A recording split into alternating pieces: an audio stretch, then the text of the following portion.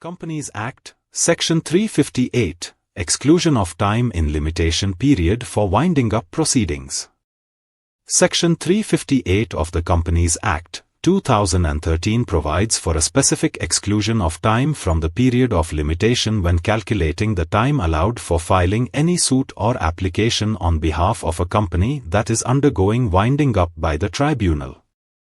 This provision is a statutory exception to the general rules of limitation set out under the Limitation Act, 1963, and is crucial to ensure that companies in liquidation are not unfairly prejudiced due to procedural delays caused by the winding up process. Purpose and scope of Section 358. When a company enters into the process of winding up by order of the National Company Law Tribunal, NCLT, various administrative, legal, and operational limitations come into play. The liquidator, who is now tasked with managing the affairs of the company, may need to initiate legal proceedings or file applications in the name and on behalf of the company, for example, to recover debts, enforce rights, or set aside fraudulent transactions.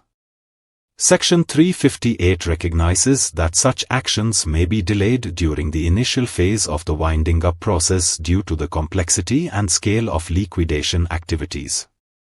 Therefore, this section provides relief from the strict application of limitation periods.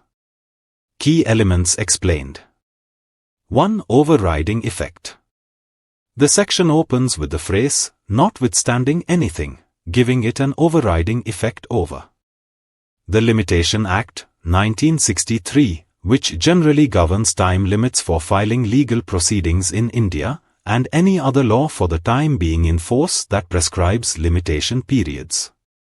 This means that even if the Limitation Act or any other applicable law prescribes a shorter time period for filing a suit or application, the benefit provided under Section 358 will supersede that requirement for companies being wound up by the tribunal.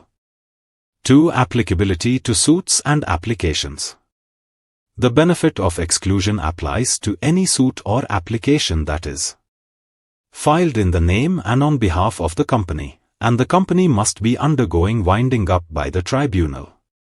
This includes, but is not limited to, suits for recovery of money from debtors, applications to reclaim company assets, proceedings to reverse fraudulent preferences or transactions under Sections 328 to 336 of the Companies Act. 3. Period of exclusion.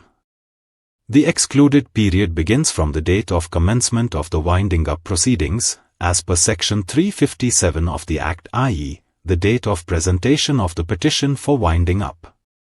It continues until 1 year after the date of the winding up order passed by the tribunal. Thus, when computing the limitation period, the entire duration between the commencement date and the expiry of 1 year from the actual order is ignored or excluded from the calculation.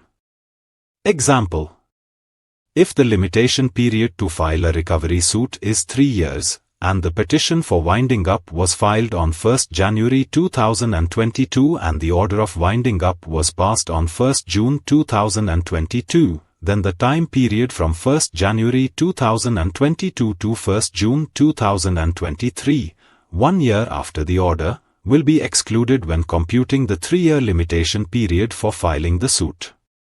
Rationale behind the provision. Administrative delay. The liquidator may require time to collect and assess the company's financial records and legal claims. Due diligence. Legal actions should be pursued based on verified facts. The liquidator may need legal advice or time to investigate fraudulent transactions.